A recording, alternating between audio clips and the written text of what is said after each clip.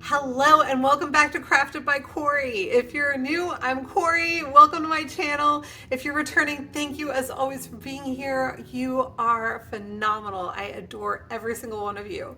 I am super excited because we are doing Christmas in July. So let's go ahead and get right on into the crafting. DIY number one. Now, it would not be a Christmas video without an ornament of some sort, right?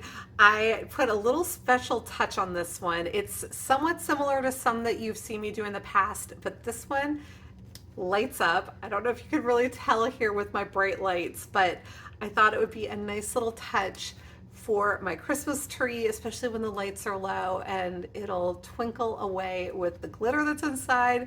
So let's go ahead and check out how we did this one. These are just clear ornaments that I had picked up at the Hobby Lobby. I did not pay the $7.99. I got them on sale after the holiday season, and I've had them in my stash. So they probably worked out to be about $1 a piece, maybe a little less. But I'm trying to figure out what I want to do because I know what I want to do, but I'm trying to figure out what I want to put in there to highlight it most. So I decided to grab my hairspray. Now you can use Mod Podge, like watered down Mod Podge, something like that. Um, and I'm also pulling out my glitter. It's kind of like an iridescent whitish glitter that I'm going to be putting in here, thinking of like a snowball and how it would glisten. But there are a lot of different things that you could do with this idea. But I'm going to go ahead and try to put my glitter in that way. And then I quickly decided I needed some sort of a funnel. So I just grabbed a piece of scrap paper that I happened to have on my crafting table, making a quick funnel with it and pouring the glitter in that way. Much easier. So now I'm going to swoosh it around, make sure that everything is coated, and then just dropped the rest of the excess glitter back into the glitter container for use another time. So once I had that set, I'll get that glitter put away. I have this little tea light also from the Dollar Tree, and I am going to basically flip it upside down and attach it to the top of my ornament. So just using a little bit of hot glue, actually a pretty generous amount of hot glue. I'm going to go ahead and pop that on there. You can also use E6000 if you want to make sure that it's a permanent hold. That's certainly good. But doing this, you can see I still have access to my battery pack if I ever need to change out the battery, and then that little on-off switch. But I do want to camouflage that. So I pulled out this brand new ribbon that I picked up from Costco. Very excited about all of my Kirkland ribbon. I did do a haul recently. You want to check that out if you haven't already. But I am going to cut off 4 strips here, all the same length. If I had to guess, I'd say they were probably 10-inch lengths. And I'm going to be making a couple of identical bows to put on this.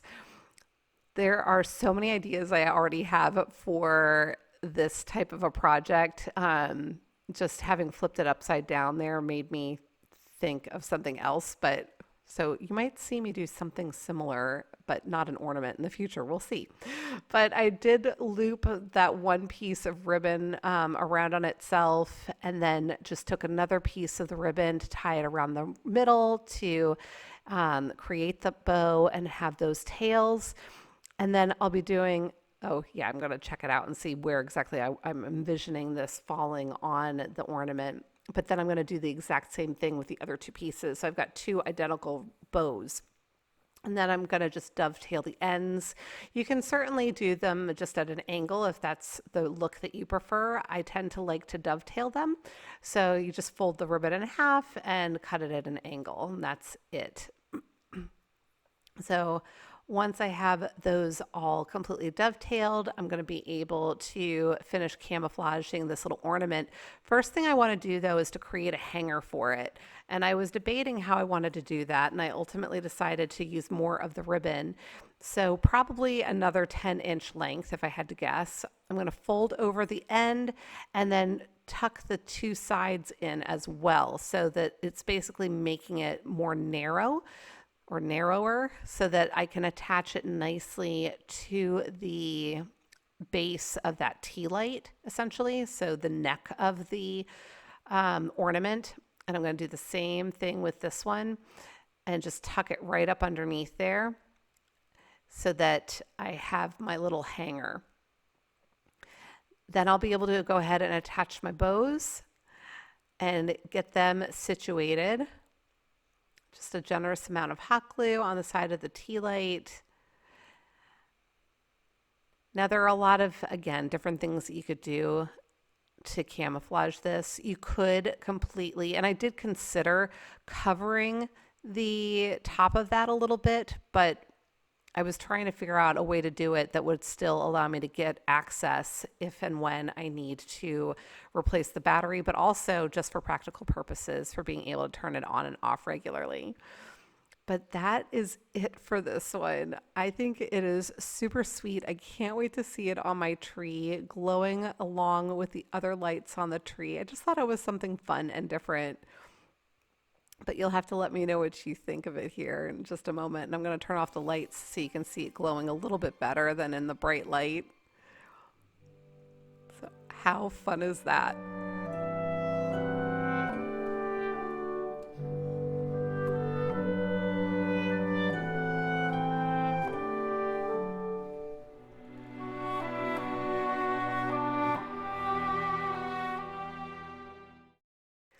DIY number 2. So I have always talked about not really being a painter, and I take a lot of direction from YouTube videos myself when it comes to this form of crafting, if you want to call it crafting versus artwork. But I have been checking out Junie Art, and I hope that you'll check out their channel as well. The link is in my description box, and Junie Art helped me learn how to paint this. So let's go ahead and I'll show you what I did to make this happen. But definitely check out Junie for the original. I have a 9x12 canvas and I've pulled out a bunch of paints. These are from a set that I had gotten at Michael's a while back. I have black, cerulean blue, vermilion. I pulled out medium yellow, thinking that might be close to the permanent yellow that Junie Arts uses, but then I decided that lemon yellow was a little bit closer. The medium yellow to me looks orange. And then I have white. Well, this is a 1-inch brush. I did dip it in water. I was kind of regretting having done that because these paints are a little bit thinner than what I would have expected. I'm trying to remember the name of the brand. It literally just slipped my mind. I want to say Art Lifting, but I don't, that's definitely not right. That is completely wrong. Artist's Loft. That's what it is. Artist's Loft. I would say that it is fine for maybe someone who is just getting started and not real serious about what type of art they're looking to create. Or if you don't mind it being super thin and translucent. But if you really are looking to have a quality painting and you are looking to build on the color, I would recommend spending a little bit more money on some better quality paints. And I say that because, and you'll see it in a little bit, I had to go over and over and over certain parts of my picture to get the color to be what I needed it to be. But as you saw, I had mixed together some blue and a little bit of the black and brought that about 2/3 of the way down. I am now flicking some of this lighter bluish white paint over the whole design. Now, Junie Art had used a toothbrush. I probably would have liked to have done that myself, but I'm just using a stiffer brush that I had and was hoping that it would do the job. And it did fine, but a toothbrush probably would have sped up the process a little bit. You can see I'm also flicking some larger specks that I'm kind of cleaning up there. So once I had that done, and once it was a little bit on the drier side, I went ahead and picked up some black that I melded into the blue. So it's not a pure black, but it's much darker than the midnight blue that I kind of put down first, and creating somewhat of a tree kind of design here. So now I want a lighter blue, but I was realizing that I had too much black going on there. So I'm having to use some additional blue. I had to clean off my paintbrush a little bit.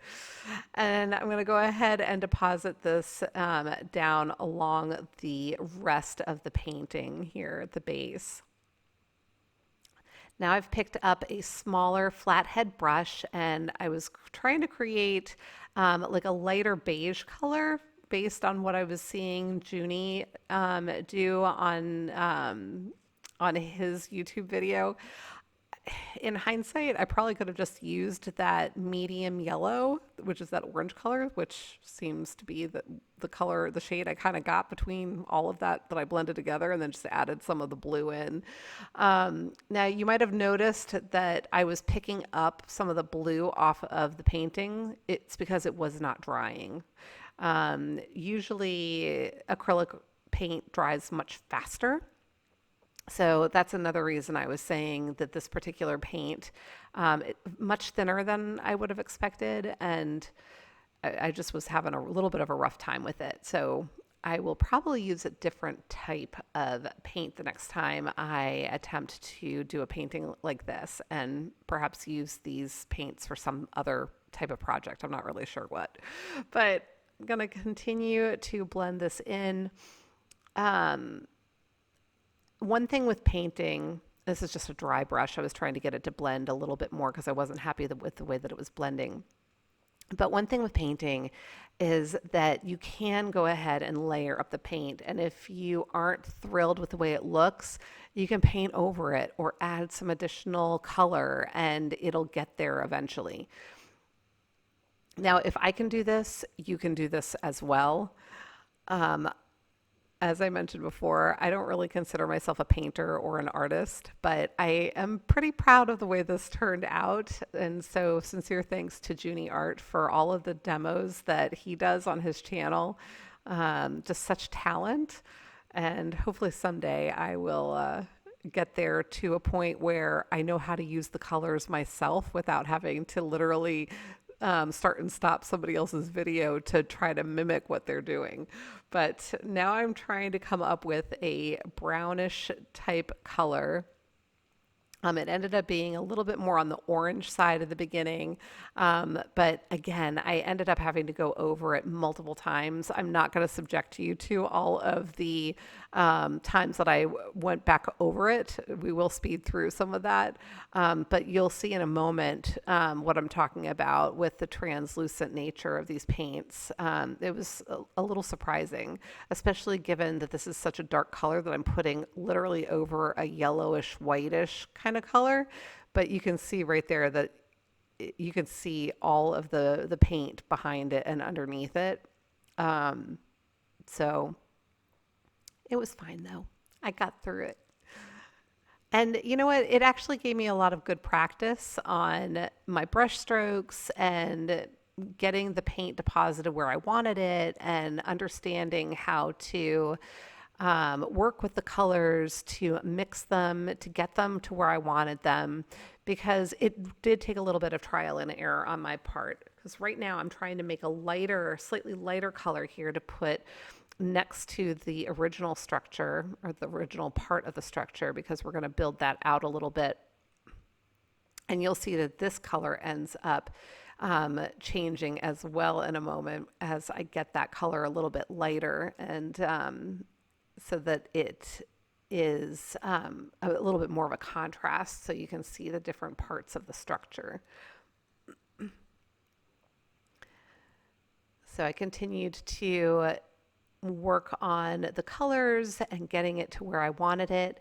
And now I'm ready to create the roof line. And this is a snowy scape kind of picture. So working with the um, lighter icy blue kind of color to create that roof line and get that where it needs to be. Now this is a nighttime picture, so that's why we're using some of those darker colors, and that's why it's not a bright white on the roof that you might expect to see in the daytime.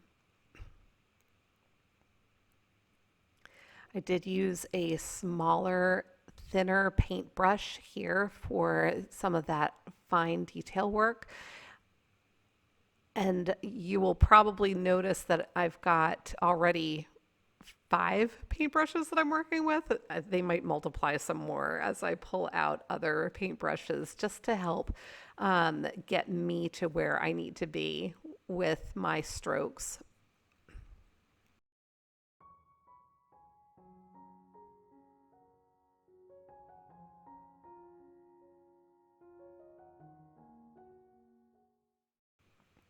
I did have a lot of that paint loaded up on that larger brush though, so I am just trying to deposit some of that, and I'm going to use my smaller brush to kind of scrape the paint off of the larger brush because I needed that paint, but that brush was just a little bit too large for what I was trying to do on this smaller part of the house.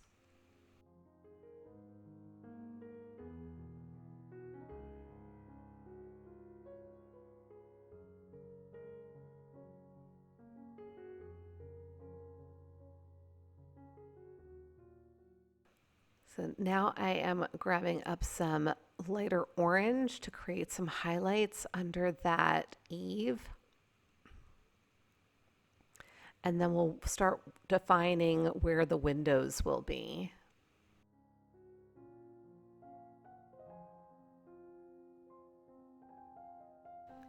So I just want to make sure everybody heard about my goal to hit 50,000 subscribers.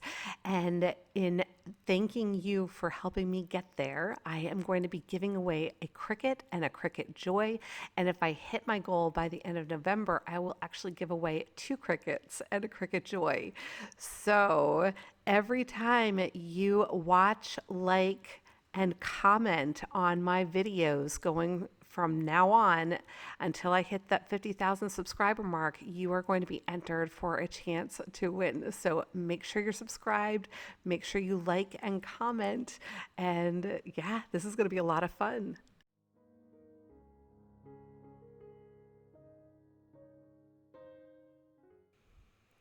And I did take advantage of my heat gun from time to time to get the paint to dry a little bit faster so that I could come back in and deposit the other colors.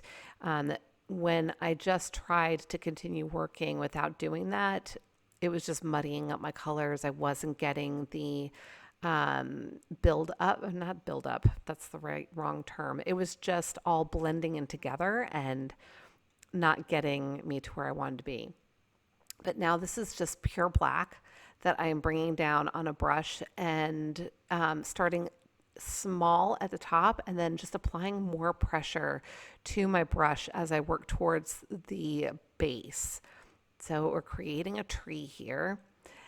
And I had caught just a very brief video clip, it might have been a reel or something, from another artist who was talking about when making trees to start up and come down to the base. And it's funny because intuitively, I always would start at the trunk and work my way out, thinking I would be trying to lift my hand off of the canvas and creating a thinner line. But this gentleman had shared that it's actually easier to do it the other way around. And so I was practicing that a little bit here, and I, lo and behold, found that, hey, it really was right. And I've got a smaller brush here that I'm using. He had also suggested that if you have trouble making some of those finer detailed strokes, to wet your brush and do it that way. And again, that was a great tip as far as I was concerned, because it definitely helped me, and I was doing that as well. And apologies for the chain rattling. Sam Dog is here hanging out with me as per usual, and he's rattling away, just shaking every once in a while, and so apologies for the background noise.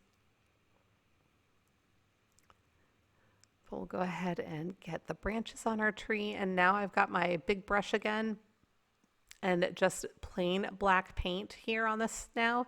And I had been tapping it on the wider part of the brush, but then I noticed that if I turned it on its side, I was getting a much better result doing it that way. And it's a relatively dry brush. And now I wanted to try and get it a little lightened up. I needed to create some highlight there. Clearly, I'm just making a big old muddy mess with a lot of my colors on my palette, aka my Dollar Tree cutting board. But I decided, you know what, I would give it a little bit more dimension with this kind of dark gray shade. And then I did clean off my brush somewhat and try to lighten it up even more. So now I've got a lighter gray that I'm working with, trying to add a little bit of that in there. And finally, I decided I just needed a clean brush and I needed to use some yellow and some white. So that's what I'm going to do in just a moment, but I'm still kind of trying to mess with it right now. So here I've got my white and my yellow on a clean brush and just going to kind of dab that in to the places where the light might have been shining on it coming out of those windows. So now I've wiped off most of the paint off of the brush that I was using with the black paint for the tree itself, and just creating a shadow. So it's coming away from the house where the light is pouring out, and just creating that shadow a little bit darker at the base of the tree and then getting lighter as it extends away. There might have been another tree over on the side. So another little shadow, and then just creating some highlights, some additional highlights under the windows. So using some of the white, and I'll blend that in as well.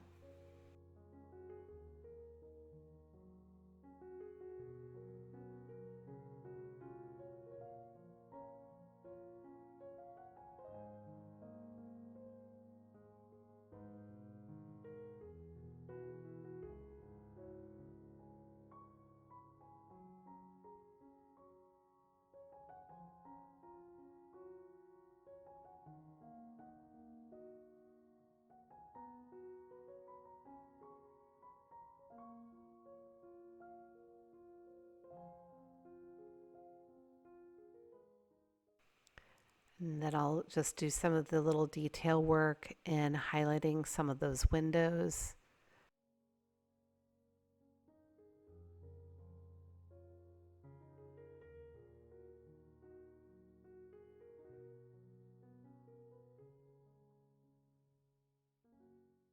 And I'll just continue to add to the different elements until I get them where I want them.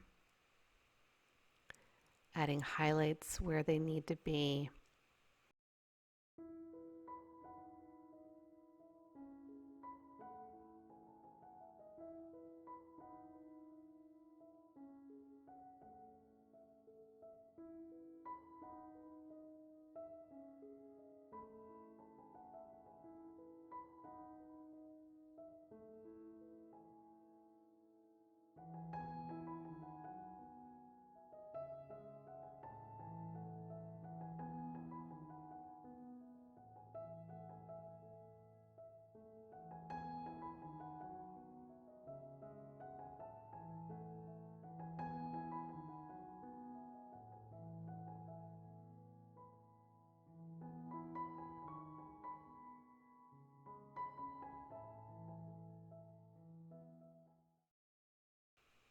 Then I'll add some highlights to the roof line along the edges where the light might be helping the snow to glow a little bit brighter than it is on the rest of the roof.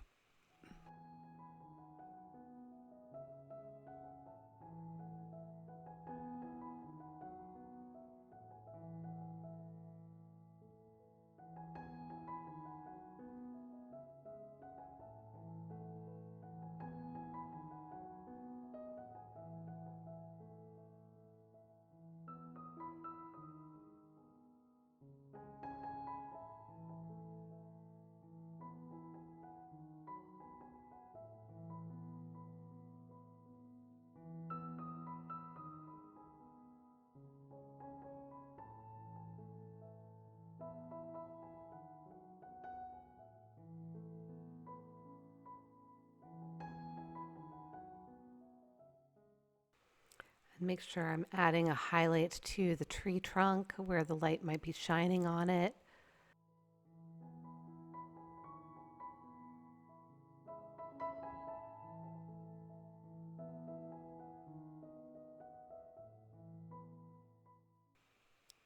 Just continue to add some final details until I get it to where my eye is happy.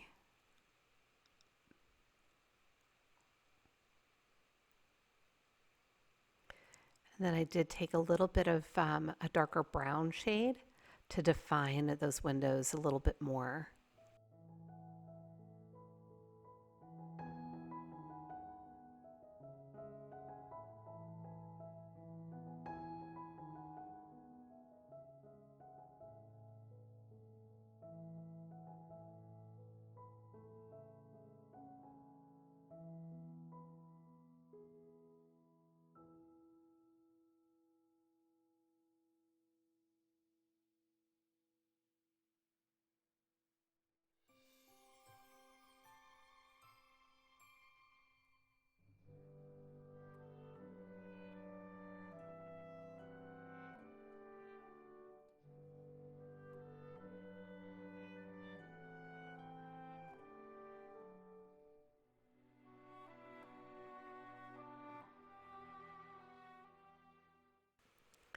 And finally, going to add a little bit of snow, just randomly dropping little snowflakes. And then going to be taking a dry brush and swirling some of those a little bit, just kind of blur them out.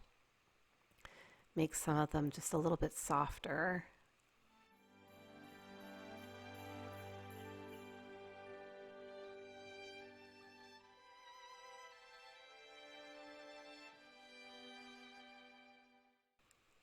And that's going to be it.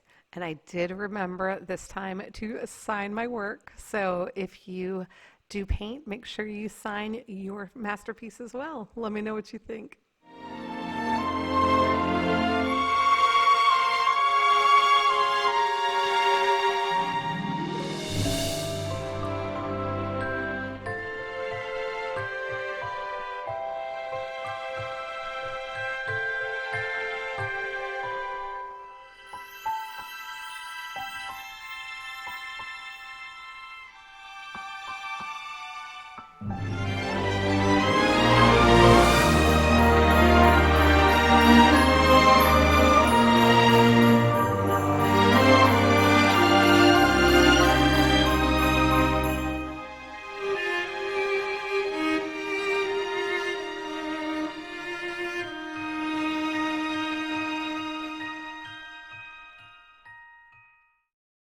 DIY number 3. Now, can you imagine? I created this with Kirkland ribbon. If you didn't catch my ribbon haul a week ago, I think it was about a week ago, you want to check that out because Costco and whatever wholesale club you might belong to has phenomenal ribbons. But I'm always talking about the Costco ribbon. It's absolutely beautiful, and I'm going to show you how I made this. So I have my Kirkland ribbon and then a long needle, and this is clear thread. Now, I thought the clear thread was a good idea. I think in hindsight I would have preferred to use white, but it looked like I was miming there for a second. But I cut just the end of my ribbon to make sure I had a nice clean edge, and then I folded it over a couple of times. I did loop my thread on here, so now I just pulled my needle through that loop to just give it a good anchor at that end, because I was a little afraid that that tiny little knot would pull right through the ribbon, and I didn't want that to happen. Now I'm using they call this a doll needle. It's a longer needle. It's probably 4 or 5 inches long. You don't have to use a long needle like this. I just thought it would work a little bit faster because you can see I was able to kind of gather it up on my needle and then pull it through. I am going to be gathering the ribbon along this thread, the entire length of the thread. And I'm going to continue to kind of crunch that ribbon down. You can see it's kind of getting like a curly Q as I go here. as I work my way through it. And now I have a foam cone that I'm going to try and work this all down and around. I'm just checking to see how much more of the ribbon I need to gather up onto my thread in order to have enough to cover it up and create my little tree design. So I'm going to continue on. I did opt to go until I had no more thread left. Highly recommend that you leave yourself a little bit more room on the thread or like a tail. But I clipped off the ribbon and I went ahead and folded over the edge a couple of times so that it was going to be a nice clean edge again.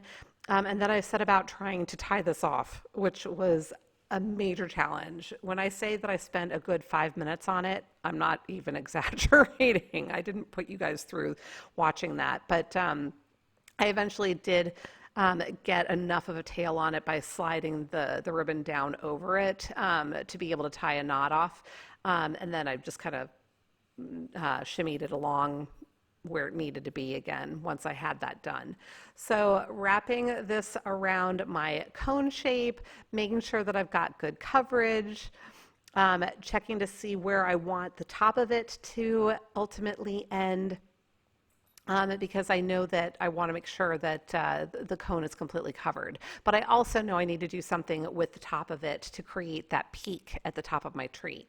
So once I had it where I wanted it, I'm going to use just a little bit of hot glue on the base to anchor the starting point of that ribbon. And then I'm going to use some hot glue at the very top again. Now, you certainly could use hot glue throughout. I didn't think that was going to be necessary because it does kind of hug the form, and I figured as long as I had the top and the bottom anchored, I was going to be in perfectly good shape. Having the wired ribbon in there, it also helps for it to keep its shape. So I felt really comfortable with it. Now you could certainly do this with fabric as well. If you don't have wired ribbon and you have leftover scrap material, you could certainly do something with that. But I opted to use the ribbon. So now I'm just doing an accordion fold back and forth, trying to create my little peak at the top. It might be easier to do this with needle and thread, again, like I did with the rest of this, but I opted to just use hot glue for this part. So I'm just making sure that I have enough ribbon here. I'm going to cut that off. I'll fold the edge under again. I had folded under the edge before I started with this piece. And then I'm going to hot glue it underneath. And then I'll also hot glue the ends together to kind of create a seam so that there's no like actual opening with this part of the little tree. Just kind of getting it where I want it, adding that hot glue in there in the middle, trying to make sure that I'm not having it seep through to burn myself, and then adding it to the edge of the ribbon there so that I can, like I said, put those two ends together to kind of create that seam. So once that's all set and it's cool, I'm ready to go ahead and attach it to the tree. I'm going to grab a skewer that I got from a pack from the Dollar Tree, and I'm going to go ahead and poke that down in there and then cut it off where I think it needs to sit. So I'm just going to be popping my little hat on here and just trying to see where I want it to face, which direction I want it to face. And then I kind of pressed it down on top of that skewer and pushed the skewer in a little bit more so that it was sitting at the height that I wanted it. Just making sure that it's all even and not crooked. And now I am ready to try and identify the next little pieces. So I went into my stash and I grabbed these little poinsettia glittery clips from the Dollar Tree. I also had this little pack and it had gold stars in it, and I thought, oh, that might be a good one, but it's just a little too small in my opinion. So I did opt to go with the poinsettia clips. At first I just clipped two of them back to back, and I thought, oh, I could kind of clip them on there and then glue them, but I didn't like that it was a bit much of a gap with the clips there. So I took the clips out, and I actually did end up trimming off the little part that was sticking out there that was what the clips were attached to. And I decided to glue them back to back like that. So adding some hot glue to both, thinking that it would also be able to grab the ribbon when I set it on top here. It kind of half worked. I did end up needing to put some additional glue there. And my glue just was not cooling off as fast as I would have liked. So I was having to kind of mess around with it here and hold it in place. I'm also trying to make sure that, again, that it's not crooked, that it's on here the way that it needs to be, and that it's also adhering properly. It was not 100% adhering. So I did go ahead and tuck some glue up right onto the ribbon there and then set these down. And now I'm just going to make sure that they're straight again, and I'm going to be pulling at them to see if they're actually adhering, and I'm going to kind of try and lift the whole thing up there in a second by the poinsettias. Just making sure that they are good to go. So here I'm lifting it up. It's good to go. All right. Now you could totally leave it like that. I decided I'd like to have a base. So I've got a couple of popsicle sticks. Clearly, they're not going to, it's going to be wobbly if I put one on top of the other. So I've got to try to make more like a, I don't know how to explain what I'm trying to say, but you can see what I'm doing. But then I'm like, okay, how am I going to connect that and make it stable? I decided to double layer it. So on the part that I cut, I'm going to put a solid popsicle stick. And on the part that is solid, I'm going to put a cut popsicle stick. So it'll basically be a double layer. So I'm just going to do a 90-degree turn on what's going on. Hopefully that makes sense. So you can see those cut ones were underneath the whole one, and now I'm putting the cut ones on top of the original whole one, and this is how I'm going to glue it together. So you would want to use wood glue for a permanent bond. I am, just for sake of speed, going to be using my hot glue, putting down that whole piece over the two pieces that were cut, plus that whole one that's kind of intersecting them. So I've got it all glued together there, and now I'm going to go ahead and attach the pieces that were cut onto the piece that was whole. Hopefully that makes sense. I think you guys can see what I'm talking about. All right, the next thing I'm going to do is to grab a larger skewer from my stash. It's actually a remnant of a skewer. So here it is. This is from another project that I had done a while back. It was just been sitting in my stash. It's one of those, also from the Dollar Tree, shish kebab skewers maybe is what they are, or maybe they're the ones that you would use for roasting marshmallows. I don't know. They're probably about 3 feet long. So clearly this is just a remnant, but using a generous amount of hot glue to get that positioned in place. I do want to make sure that this is going to be nice and stable, so I am going to build this up a little bit in a second, just making sure that it's straight up and down. And now I'm going to add some additional hot glue. I'm gluing the skewer itself here and letting it run down, so it's kind of pooling around it and creating more of a base. Hopefully that makes sense. You can kind of see how it is here, and I'm just kind of helping it to go where I wanted it there, because you know how hot glue will run. So now this is my forest green paint marker, and I was thinking, oh, you know, maybe it'll be less mess, a little less fussy, easier to do. It was a good thought, but it was harder to get into the nooks and crannies with the paint marker, and it just wasn't covering some of the areas the way that I would have liked. So I did go into my stash and grab my Fern chalk paint by Waverly, and I ended up just giving everything a really good coat. And in hindsight, or in the middle of it, I was like, oh, you know what? This is going to be easy enough to do. I'm not even going to have to get my fingers messy, because I realized that tippy part is going to have to go up into the tree. So it's going to be hidden. It does not need to be painted. So I'm going to go ahead and find the center of my cone there and pull it down. I'm spinning it around again because I'm making sure that it is not crooked. I want to make sure that it is going to be on here straight. And then I'll just go ahead and press it down onto its little base. And that is that. I think she is super cute. I'm going to show you in just a second here. There she is. Let me know what you think.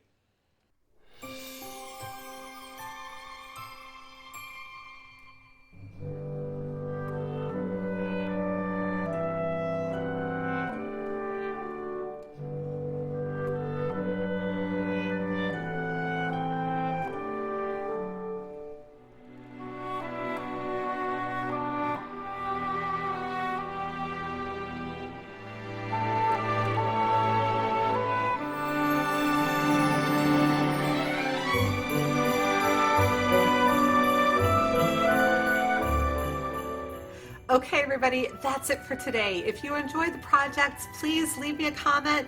Let me know which one was your favorite. Remember to give me a big thumbs up. Don't forget that you want to make sure you're subscribed and that you hit that bell so you get notified every time, so you have the opportunity to watch and comment and like so that you can get in on the drawing for the crickets that I'm going to be giving away once I hit 50,000 subscribers. All right, thank you again so much for your support. I absolutely appreciate you more than I can say. And until the next time, be well, be kind, and make it a great day. Thank you so much for watching. Take good care. Bye.